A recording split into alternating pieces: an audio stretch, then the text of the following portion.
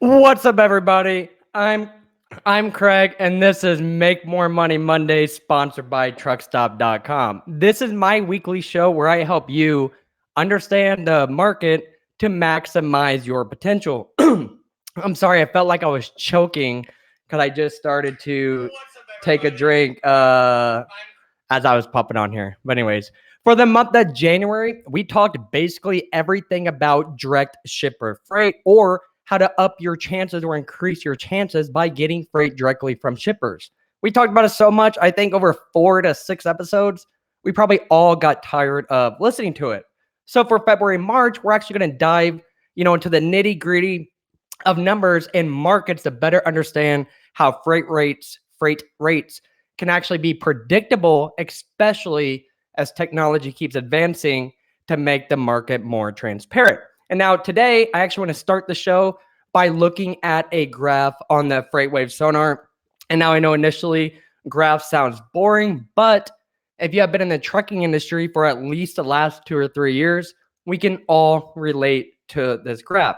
And now, before I do that, I want to mention 2 things. First, the office next door to me, and that wall over there is being built out. And so here in Arizona, I feel like they do the majority of construction like at night or in the afternoon. So the last hour or 2, they've been preparing to start ripping down more walls. They've been working on this thing, all weekend. I tried doing work in the office over the weekend and I just couldn't because they're banging, grinding, driving scissor jacks down the sidewalks and all that jazz. And so I thought I better start today's episode, before they start doing all that banging. So if you hear banging or like a scissor jack driving down the sidewalk, that is why. It's super loud inside of my office, especially on this microphone, because it picks up, all the noise. So I apologize for that. Just want to tell you, so you don't think an earthquake is happening in my office here. But anyways, also before I pull up this graph, if you guys are a member of my group, Freight Brokers and Truck Drivers, you've probably seen that post I made over the weekend. It's a meme or a graphic, what have you, that I borrowed, if you will, from someone else who created it. Not sure who made it, but I took it out of another freight group. There was like 140 different answers on it. It was all funny. The question was something like, what's something a truck driver can't live without? Some I can't say over the air. The majority was funny, but there's a top 3, or there's 3 things that the vast majority of people said that truckers cannot live without, or truck drivers cannot live without. Coffee, XM radio, and one of those blue Parrot headsets.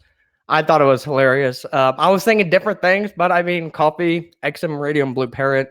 I would like XM if there's more options. I know there's like thousands of channels, but I don't seem to find a channel that I like on there. Blue Parrot headset, never used it, so can't say how it is. But coffee, I'm all about the coffee, so I can relate with that one. I know a lot of mega brokerages. That's the land I come from. 5+ years ago, they all have like the espresso machines in there, so I think it ups all these brokers, caffeine intake, right off the morning. But anyways, if you're not a member of the group, Freight Broker Truck Drivers, definitely check it out. But I'm going to pull up a graph on the side of my screen. If you're a regular viewer or listener, about 2 or 3 weeks ago or so, I signed up for the FreightWaves SONAR. It's I've been giving everybody a little preview as I learn it, but I have to say, I am still learning this. I'm still figuring out how all this data means, how to find a way to, understand it. So I know there's a lot more people out there, especially in other freight groups, who know how to read a lot better than I can, know how to tell you what it means in more technical terms. But I am simple, therefore I'm using simple words. If I don't use the right technical term, bear with me. So anyways, basically what I'm pulling up on my screen as it loads is a correlation of Class 8 truck sales and the spot market freight. Specifically, what it looked like back in 2018. Back in 2018, we all know it was hot. Everybody and their brothers bought a truck. Most carriers, some brokers, but very little shippers had an outstanding year, to say the least. And it's all because in 2018, spot market rates were actually the highest it has been in over a decade. And I think we all felt it. Rates were like 17% higher in 2018 versus the year before in 2017. And during this time in 2018, truck sales actually soared. They went up about 75, 76%. Its carriers had a lot more money, or at least more access to incoming cash to kind of play around with, buy trucks, update their equipment. So it makes sense. A hot spot market or a hot spot freight market will lead carriers to buy additional trucks or update their equipment. But it's very interesting to see how quickly the orders occurred in relation to the rising spot rates or spot rates. Not only that, but how quickly the rates dropped during the same time period at the beginning of the new year. 2018 was hot. 2018 was hot, so everybody went out and bought trucks. But then 2019 not so hot, so everybody stopped. I see you, Peter Carroll. That's usually the fun that you get by doing these videos. You have people who pop out of the woodwork, like this Peter Carroll guy. But I don't worry about him. He's definitely not the first one to try to be dumb over a live. Definitely, I'm assuming, won't be the last one. But anyways, I'm pulling it up here on my side. So I'm going to share a screen just like last week. But one thing to note, this stuff has a lot of powerful data in it. So it does take a moment to load up here. Sorry, I got that there. So I'm going to pull it up. 1 minute. Okay. Here's what I got here. Whoops, you guys can't see it. So it'll help if I show it. Okay. Okay, here we go. Not the screen. This is actually like the FreightWaves or the Sonar predictive rate screen. I don't know too much about it because I haven't, dived into it, especially comparing it to, other rating tools. But if you want to check out a rate or see a lane, go ahead and drop in the comments. Hello, Joel. Go ahead and drop in the comments of what lane or, what area you want to see. And I can put it on here to kind of check it out. I was trying to do it before it, but like I said, without like a DAT rate view or the truckstop.com rating analyst tool, not exactly sure how good these rates are. So that's just that. But anyways, I'm pulling up the screen here. I have like 5 things pulled up my screen behind me. So I'm going to navigate here. Okay, this is loading up. Excuse me. Not this page. And these are all pages built by FreightWaves SONAR. So I did not build these. I'm definitely not that fancy. Let's see here. Nope, not this one either. Maybe this one. Okay, I think we're on it now. There's like I'm telling you people, there's so much stuff in this FreightWaves. I'll go through it later. But anyways, here it is. It's popping up. And like I said, on your side, since there's so much data right here, it may take a minute to kind of pop up on your side. But on my side, I'm showing a screen with a blue line, a green line, all that jazz. And that's what you should see momentarily. I'm not going to click on a lot of stuff just for the sake of, the bandwidth and all that jazz. But anyways, this is that chart I was telling you about at the beginning. This is the Class 8 trucks compared to the DAT van freight rate national average. This blue, kind of like the blue line here, filled in. That's the Class 8 trucks. And this green little thin line, as you can see here, is a DAT van freight national average. Obviously, meaning that FreightWaves gets data also from DAT. But this is, we're going to pop it up on a 5-year. Okay. Here's what I wanted to show y'all. This is, or show you guys. This is right now. This is presently, what is it? February 24th. I think the last update on this was like February 9th. So it's not live, not real time. However, it's very, has a lot of information. Anyways, this area right here, do you see it kind of goes right here, 2016, 2017, 2018, 2019. Look at 2018 right here. This is what I was showing you, kind of the correlation between hot freight rates or the increase in freight market rates compared to the Class 8 truck sales. Again, the blue means trucks. The green means that spot rate. Back in 2018, look at this stuff. And that's why I was saying earlier, it's not too interesting because it makes sense how rates go up, people buy more trucks. But look how quick this stuff is. It's almost real time. It's like carriers from this really knew their stuff. At least that's what I'm getting out of it. they started to plan ahead because as soon as rates started going up, well, so did trucks. You can see here, rates, trucks, so forth. The reason why I want to bring this up is this. A lot of people, they ask themselves, I don't understand, 2019. What is going on? Why are we oversaturated? I know some people try to claim a driver shortage. That's not the case that I feel like personally. But a lot of people just did not understand why 2019 did not start as hot as 2018 essentially ended. And it's because of this. The whole year, actually, it started basically at the tail end of 2017. As you can see, of course, every single end of the year, you have kind of like your Thanksgiving rise and your Christmas rise, whatever, more freight out on the market. So we definitely started seeing that in 2017, a pretty big increase. And as we approached the new year of 2018, it was hot. The spot rates were still flying through the roof. That's when I was brokering day to day. I remember it. I still have nightmares every single day, essentially.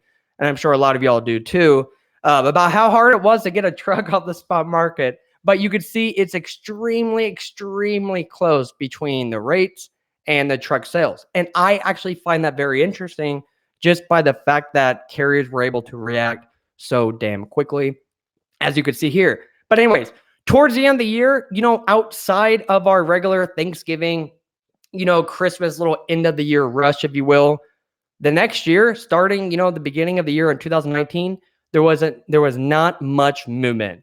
Of course, we knew there would be a decline because that's how it is every start of the year. However, in 2019, it never really recovered. This little hump here is, of course, like the summer, the June, July, little rush you get, it was like cans and so on and so forth. But besides that, rates really never, recovered. The truck sales or new truck sales declining here is just obvious based off the oversaturation or the increase, I should say, better word, increase of trucks during the 2018 year. This is just basically leveling it off. And so the reason why I want to look at this graph is because, as I said, if you've been in logistics the last 2 or 3 years, which the majority of us has, we all felt it. It just looks differently, or it feels differently, I suppose, when you look at it, because everybody's screaming driver shortage, driver shortage, driver shortage.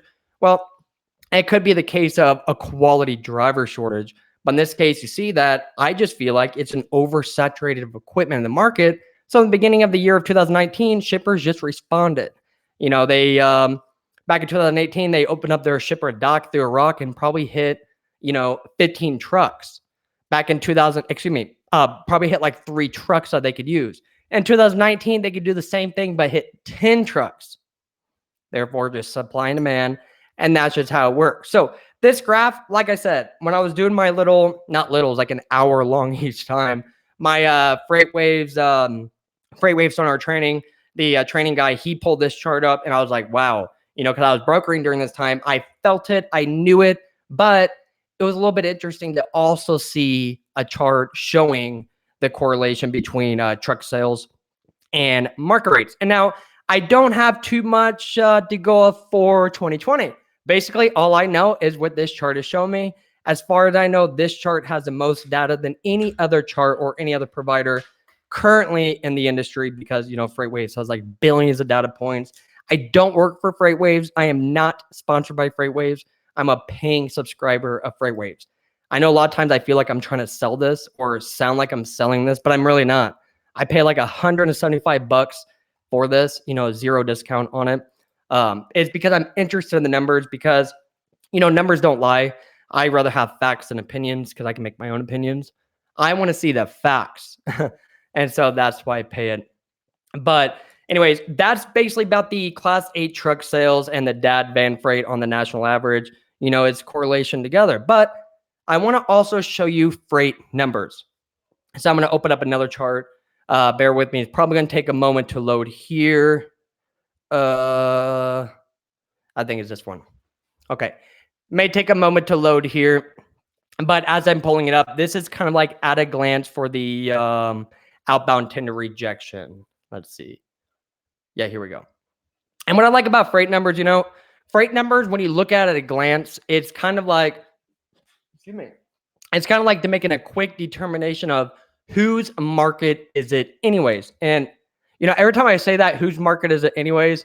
I think of that show by Drew Carey, like back in the day. I was a youngin', called like Whose Line Is It Anyways? It was a good show, but every time I say whose market anyways, that's the first thing I think of. But anyways, here's the outbound tender rejection index chart. I know it's a mouthful. Basically, this means I know you guys can probably read Chinese a lot better than you can read this screen, but bear with me. I'm definitely going to explain to you in simple terms so you understand it easier. But taking a look at the market in general at a glance, this is what I would do here. I'm looking at this top right-hand screen in particular. I'm not sure if you see my white mouse or my cursor, but in the top right-hand part of your screen, that is what I'm looking at. And now at a glance, there's actually not a lot of movement in our major market, which means spot rates are fairly flat across the board. And now with this system, this is not like DAT. So this is not 2 weeks in the past. This is actually essentially real time, is updated every night or every day in the middle of the night. And the chart that I have here is basically just daily changes.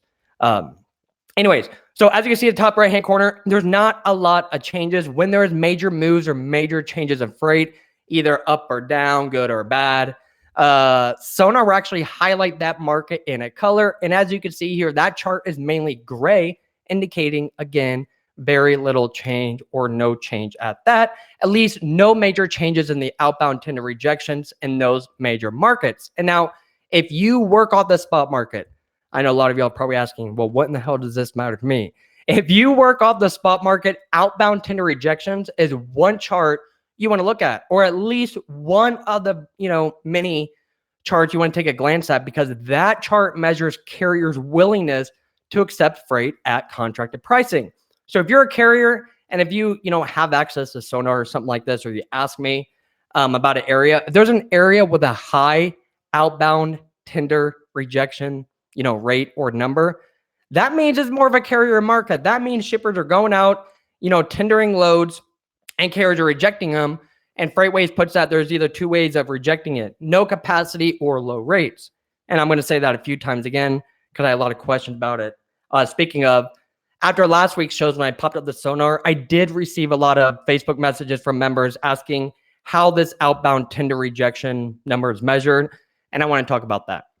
Basically, this Sonar has access to like billions with the B of data points, and they get all this data points almost anonymously from like shippers and all that jazz. But with the help of like AI, artificial intelligence, and their team of data scientists, they're able to like dive into the numbers, pick out different things, create these charts, indexes, and tables, and so forth.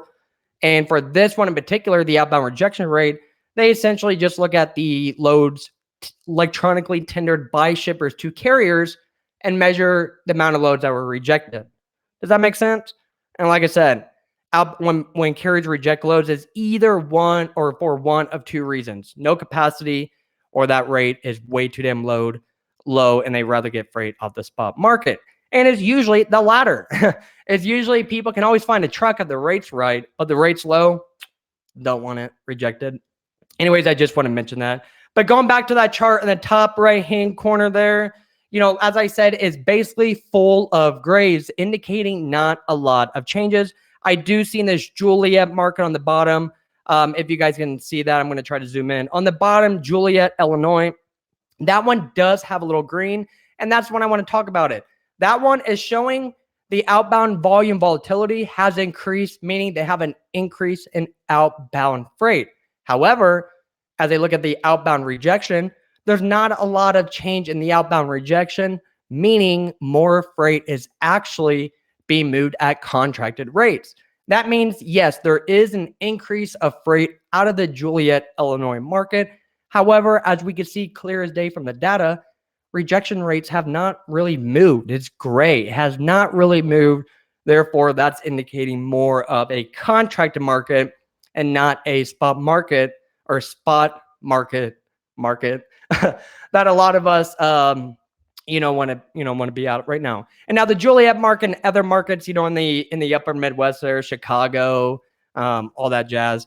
I know there's about to be some nasty winter weather. I was just in Chicago last weekend.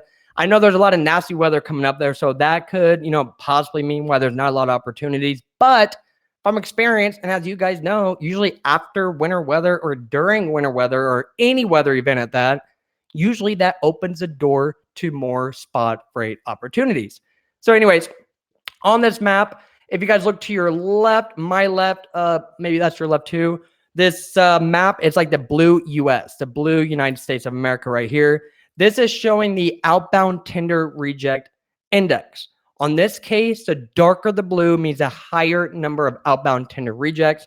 And now I want to warn you, so it doesn't confuse you, going to warn you in advance. A lot of these maps I look at, they all have different colors, and each map, the colors mean something else.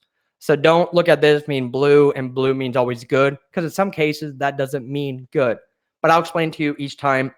I just want to say that because it was confusing the hell out of me when I was just, going through this over the weekend. Anyways, this map on the left is great for just a visual look at the outbound tender reject. As I said, the darker the blue indicates a higher amount of outbound tender rejects. And now one thing that's important to note, areas like, what is this? Grand Junction, Colorado. That is essentially a backhaul market. There is freight, definitely freight at that market at times. However, it's traditionally more of a backhaul market. So even though that you do see a high outbound tender rejection, number out of this Grand Junction market, that does not mean send all your trucks there tomorrow. Because that just shows, it shows the changes in the market. And so this area doesn't have a lot of freight, therefore any changes kind of major.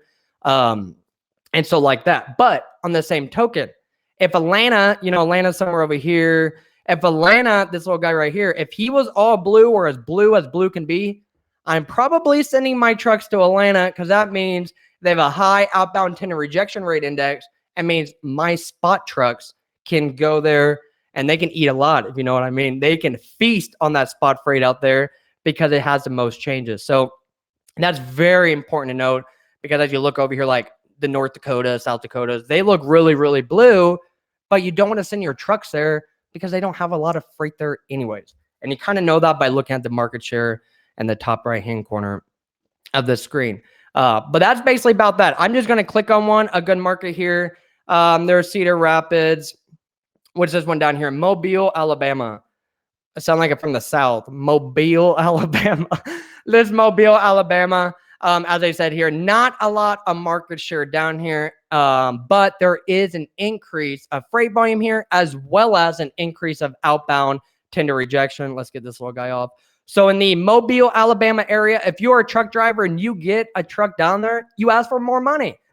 That's basically what you want to do, is showing a high increase or a strong increase, Sonar is telling me, of outbound tender rejection. So if you're a broker, you may have to pay a little bit more because drivers are going to ask for a premium. If you're a carrier and you get a truck down there, definitely ask for more money there. And now on the bottom screen, the bottom right, not sure if you guys can see it, this little graph here. This is showing me the tender rejection on a graph. It's not a huge change,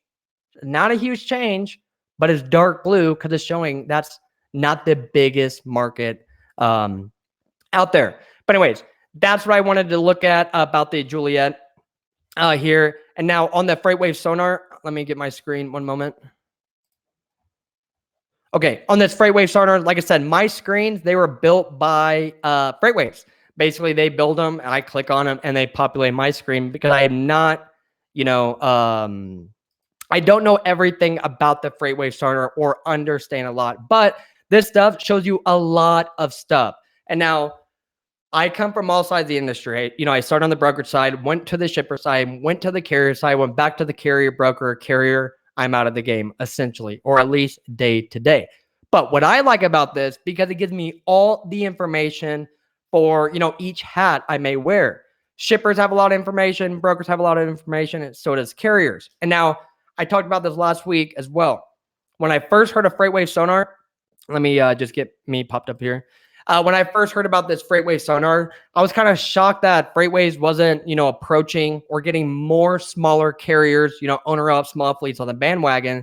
Because when I first demoed this, I'm like, drivers can really make huge moves in the market. They can really compete with the megas out there and know exactly what brokers are looking at if they bought the system, okay? And basically, I even told FreightWaves that, and we kind of deferred on our opinions because I was saying, I know a lot of guys with less than 5 trucks who could really benefit this. Even some owner operators, maybe have a dispatcher, maybe not, who can benefit from this. But as I use it, there's a couple limitations that I see right off the bat.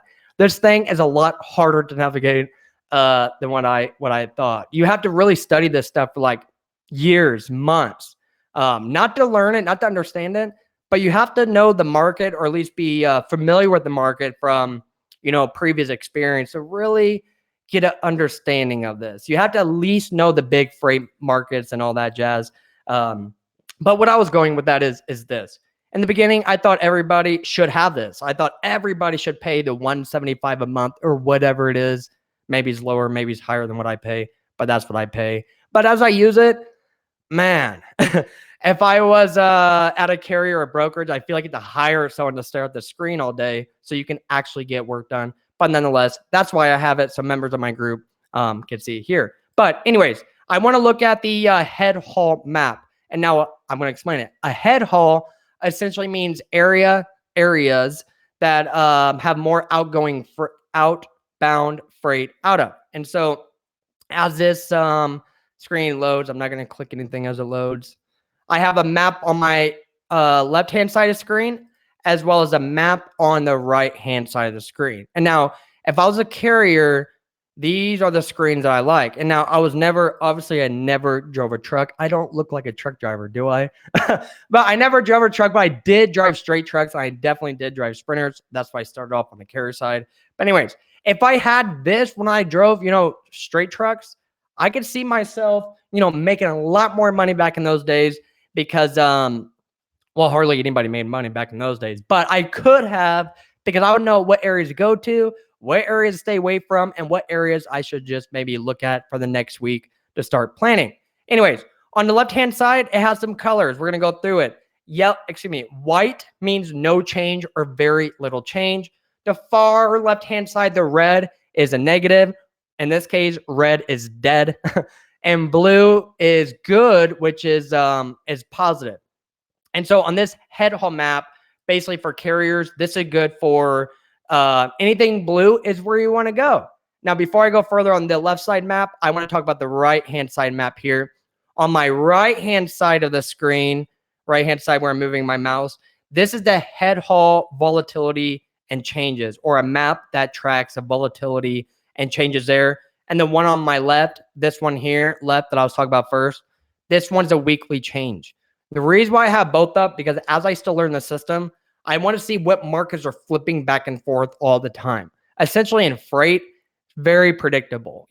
History repeats itself, if you will, minus 2018. But history essentially, especially in freight, repeats itself. So on the left, this is essentially why the market sucks, for lack of better words. Everything is kind of red. You do have some blues, here and there, but everything is red. On the right-hand side where I'm moving my mouse, this is showing the volatility, the major changes in this area.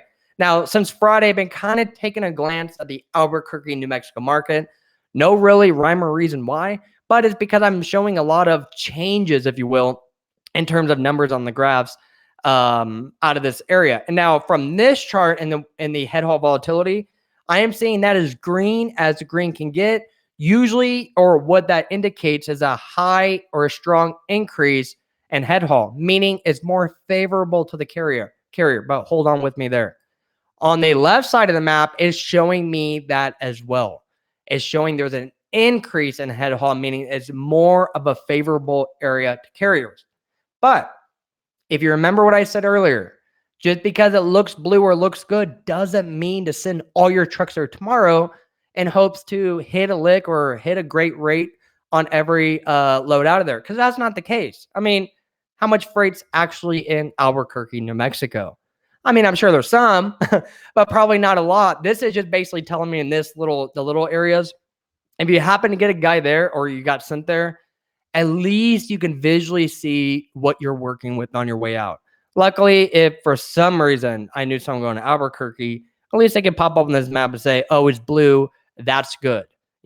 Red is obviously indicating right now that it's kind of deader, or there's less head haul or it has a less head haul index out of here.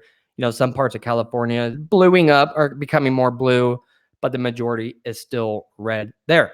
But that is basically like the head haul map. And like I said, if I was a carrier, those are basically the ones I'll look at, because here, if I was planning on my trucks, I'm probably going from blue to blue.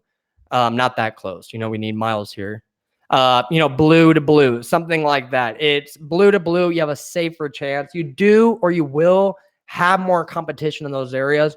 However, you definitely want to ask for more money in those areas, because we know by looking at the data, or we know by looking at the facts rather, that those areas are better to be in. And a lot of this is because of the tender rejection that we looked at a second ago. I'm going to pull that back up on my screen. I love that head haul. I am definitely seeing a correlation between head haul and tender rejections for that area. I don't know too much about it to make a you know, a solid determination, but that's kind of what I'm seeing. Anyways, you can disregard those little charts over there. I know it's making your viewing screen smaller.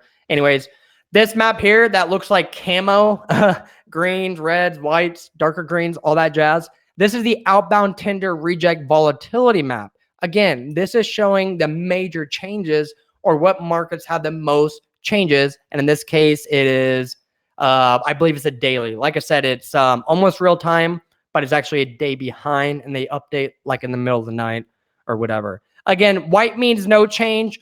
Dark green means moderate increase. Light green means a strong increase. And of course, dark red means moderate decrease. Light red means strong decrease. Now, the color codes right now, I think FreightWaves could have done a little bit differently. They kind of make it confusing this way. They should start with white, then a light green, then a dark green. But nonetheless, I'm not the data scientist. Above my pay grade there.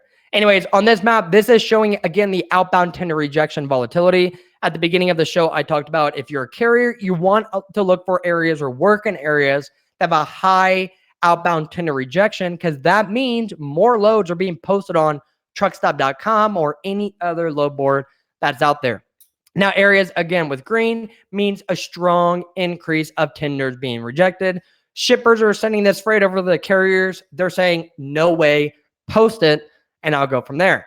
And that's exactly what this chart shows. And red means, you know, less outbound tender rejection, which means more people are taking freight on contracted terms. So if you find yourself in an area of red, you know, earlier I mentioned red is dead. Not always the case, but red is dead in terms of your chances of getting great rates out of that place, or a lot of freight volume. If it's red, probably not a lot of volume, or all the volume is in terms of the contracted.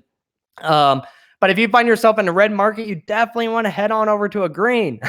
We need to survive here. And now, again, it's kind of interesting to me. There's not a lot of movement in the Atlanta market. That's I'd be very familiar. I did a lot of my freight in Atlanta, even when I drove. One of my routes twice a week was Central Illinois to Atlanta and a straight truck. So I tend to like Atlanta a little bit more, and plus as one of our largest freight markets that we have. Not a lot of changes, but all the little neighboring places around here, they do have changes. Like I said, if you're in a green, the idea is stay to green. Earlier, it's blue to blue, but you guys get the idea. Having a visual map of this, you're just able to make better informed decisions, because this is what I dislike. I don't hate anything in life, but things I dislike is this. And I used to be a broker, so I get it. If you be talking to a broker, you're a carrier, you know, you just let the truck stop, you talk to all your people, you kind of have an idea about how this market is going. You get on the phone with the broker and they're like, no way. I'm looking at DAT right now. I know the rates. I know what it's look like. This is the market. Take it or leave it, buddy. Well, what I don't like about that is DAT is, you know, it's late. It's late. It's, you know, they have like a 7 to 9 day gap with information. And so rates that you see on the DAT rate view, those rates are essentially calculated by what actual shippers, brokers, and carriers are paying and all that jazz. But a lot of brokers use, you know, market softening, market tightening, all that to convince you that you should take freight at the rate they're offering it. Okay.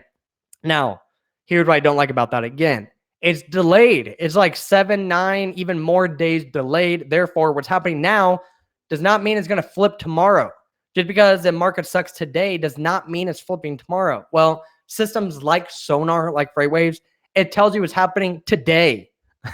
If I was looking to send a truck out somewhere, I know that area is either going to be spicing up to get a great rate or declining, and I'm going to have a challenging time getting great rate, or it's flat, just like essentially all the markets going around, no change or no difference there. But having systems like this, especially for the little guy, I'm a huge advocate for the little guy, the trucker's ally.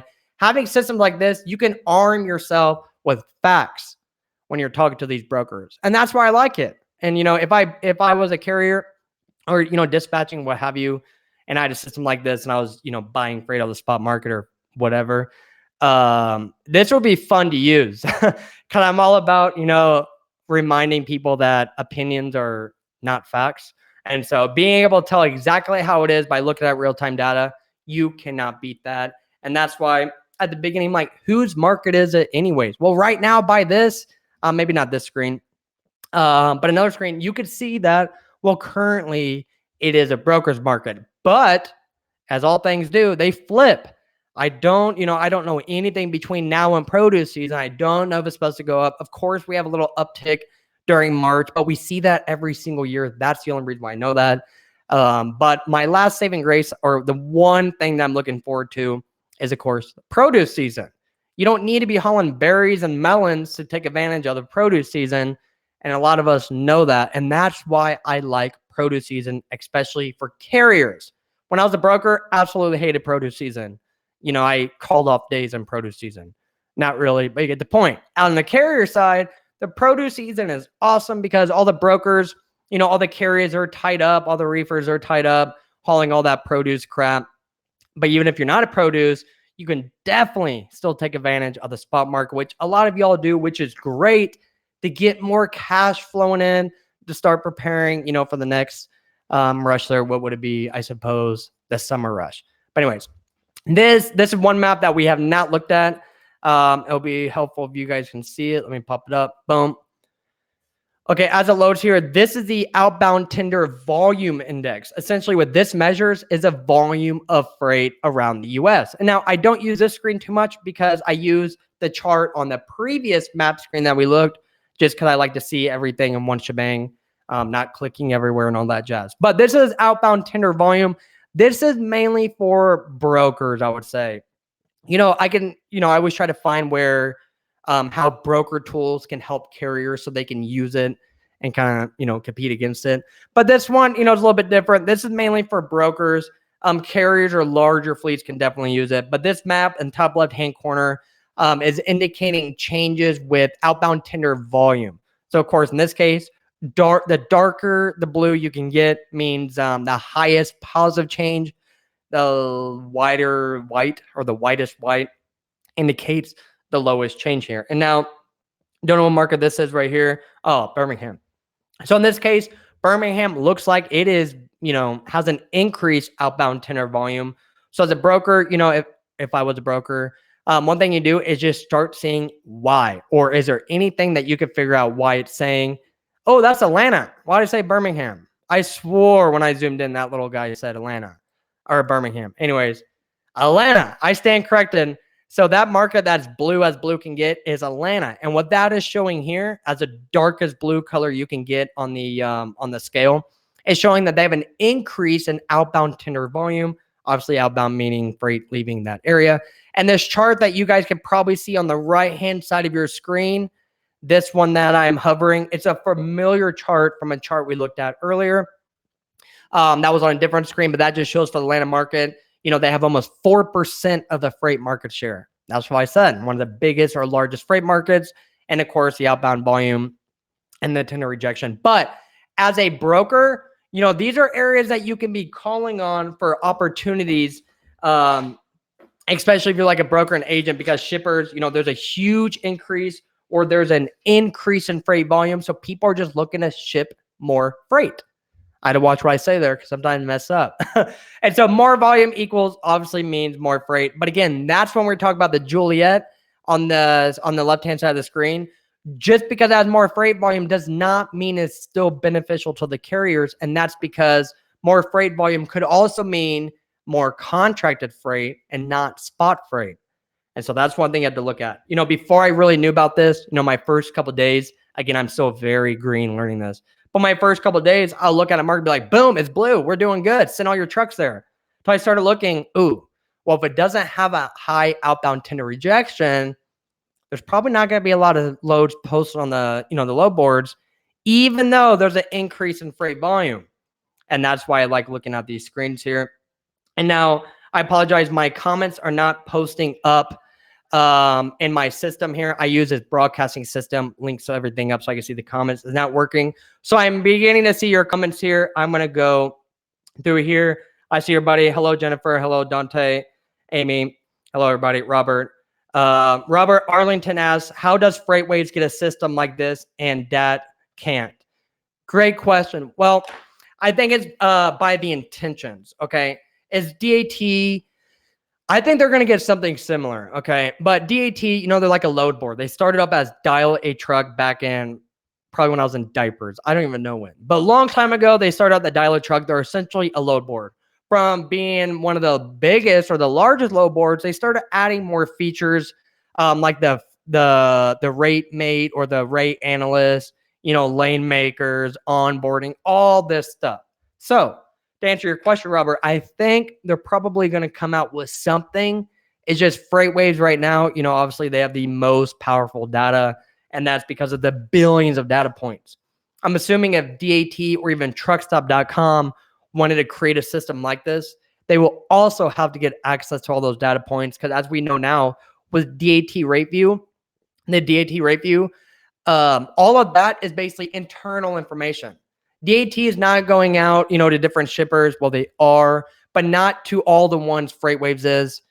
Let me rephrase that. So DAT, if you're a shipper and you get logged into there, basically you have to give them the rates. You have to tell them, I posted this load for this. My customer gave me this. I sold it for that. That's how they get all their information. And they audit it, every 7, 9, 12 days, whatever, and get the results to say, this area average rate is, $2 a mile. And next week it'll be 180, something like that. On the other hand, FreightWaves, they started as just a data company. I don't even know what you call them. Because this sonar system is just like an offset of FreightWaves. But they have billions of data points. When I was asking him, he told me a lot better than what I can tell you. But it's from like shippers, brokers, carriers, everybody, just from this. And now a lot of that data, because I asked, they said they receive a lot of it almost anonymously or somewhat anonymously. So like the large shippers, we're talking about the biggest shippers in the US, because I was questioning, like, why do they just give you all the rates, all the information? What does that do them any good? Well, it's almost anonymously.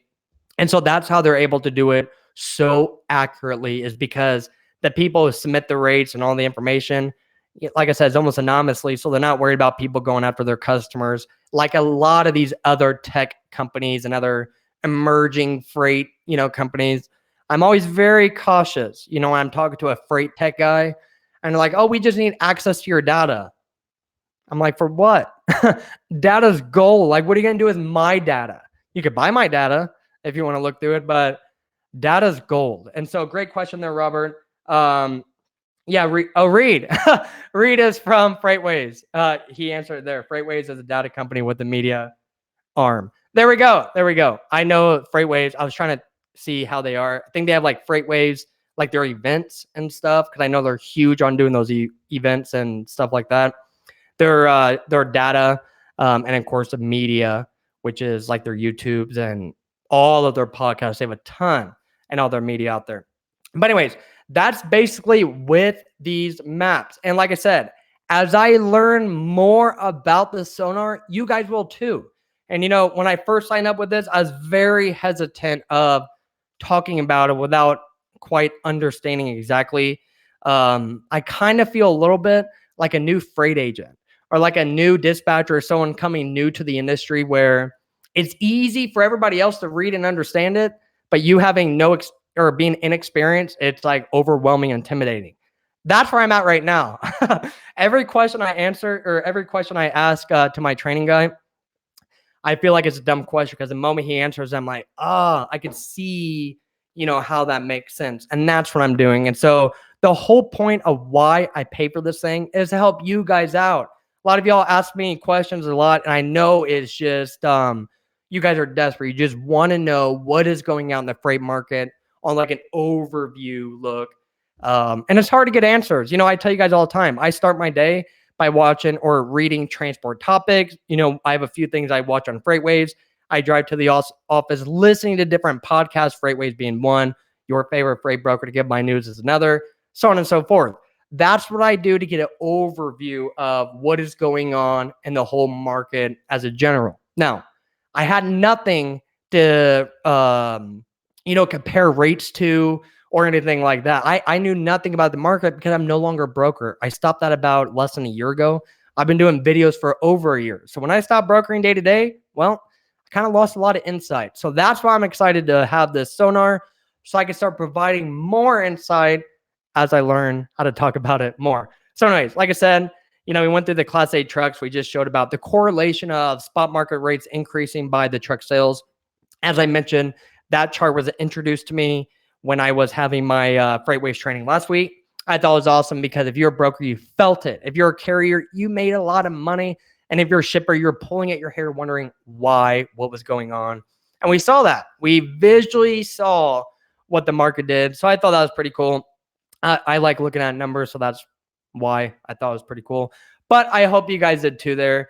That's essentially all I got on market and rates, I guess, for right now. What I'm going to start doing is I get an email from FreightWaves SONAR like every day in the morning time, not sure what time, telling me or giving a recap to all the subscribers of FreightWaves of what areas are hot for a broker, what areas are hot for a carrier, what areas are hot for a shipper. If you guys are interested, I will start sharing that with the group Freight Brokers and Truck Drivers, my group on Facebook here. I already spoke to FreightWaves. I can definitely share that information if, of course, I tell them the source is from. So if you guys start seeing that, or if you guys want to start seeing that, let me know, and I could just simply start posting in the group so you could start making a daily game plan. This will work best for people with fleets, or if you're a dispatcher, or even an owner op who just wants to know, well, maybe I shouldn't go here because this area is not looking so good. Anyways, if you guys have a question about that, definitely let me know. I'm done talking about numbers. I know they're probably going to start driving a scissor jack down this sidewalk again. So I want to get it, start wrapping it up here. But before I do, I want to ask if you guys are going to match the Mid-America Trucking Show in into March, like about a month away, let me know. I have a poll going on in the group, Freight Brokers and Truck Drivers, asking who's going, who's not, and who's still on the fence. I am trying to do something there at Matt's, especially with group members, because I've never been. So depending on how many people go, I'm going to start figuring out what I can do for group members, kind of enhance the experience there. I've never been there. I only went to GATS last year. GATS was okay. I did leave like a day early, but it was okay. I thought it'd be more, but it was cool. So I'm hoping Matt's is a lot better for it. I'm bringing my equipment. I'm going to hope to do, Kyle Davis asked, squirrel moment. Kyle Davis asked, how much is sonar per month? Now, pricing, I believe, is different for everybody. My pricing is $175 per month. I'm a one-man band, so that $175 gives me access or one login account to get into it, similar to like DAT or Truck Stop. You buy it per the login. I'm not exactly sure what it is for everybody. It could be different if you have a larger operation. It could be different if you have a smaller operation, but I think you'd be out of business if you're any less than a one-man band. So anyways, yeah, call FreightWaves. Reed, he actually works for FreightWaves, the one above your comment. That's what I was indicating there. You can reach out to him. He's one who got me signed up, I believe. So you guys can go from there. But anyways, back to Matt's. If you guys are going to Matt's, I plan on bringing my podcasting, my video stuff there.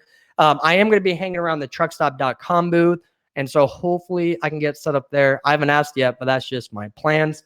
I'm doing bringing my 360 camera. If you guys are not familiar with 360, Google it. But 360 is cool. I do have a 360 camera. It's mainly I use for when I do home inspection tours. That's something I do as a hobby on the side. But it's one thing I do to create those doll houses of houses is a 360 camera. So I'm hoping to bring that. So if you're not going to Matt's, you at least get to almost watch it like you're there or feel like you're there by watching in 360. And if you have VR glasses or even like the Google box glasses, you will really feel like you're there. Yeah. So anyways, yeah, Reed just answered that pricing question right there. So if you guys can see that, if I could pop it up, I would, but I can't. But anyways, that's all I got for Matt. That's all I got for Sonar. That's all I got for numbers. Tomorrow on our Talk Freight Members Helping Members video series, I'm hoping to bring out an old friend on camera. This guy was actually my customer years ago. He's a dude with very valuable information. Been around the block way more than I have. Worked at much larger companies. Handled a lot larger freight accounts than I did. I was brokering. Like I said, he was my customer at one point, and now this guy actually represents a carrier. So I'm hoping he will still be down to do a video presentation tomorrow on our Member Helping Member series. Because like I said, this dude is full of valuable information. And especially if you work in the expedited world of freight, this guy is a man with a plan. That's how I essentially survived when I did that type of freight. So I asked him if he would, want to jump on, do a video, kind of help out our group members. He said yes. So I'm going to, confirm it with him, make sure we're all good to go. So hopefully tomorrow for our Talk Freight Members Helping Members, we will have Corey hop on here and give us his tips, tricks, resources, all that jazz, and how he makes so much money in this industry, as a customer, broker, and now a carrier. But that's basically all I got. All I got for now. If you see my little ticker at the bottom, I'm being fancy. Join my group. Search for freight brokers and truck drivers. Click join, and we're off to the races there. But until next time, or maybe until tomorrow during our Talk Freight, make sure you say no to cheap freight, remain professional, and let's make more money in 2020. I will see you guys later. See you later.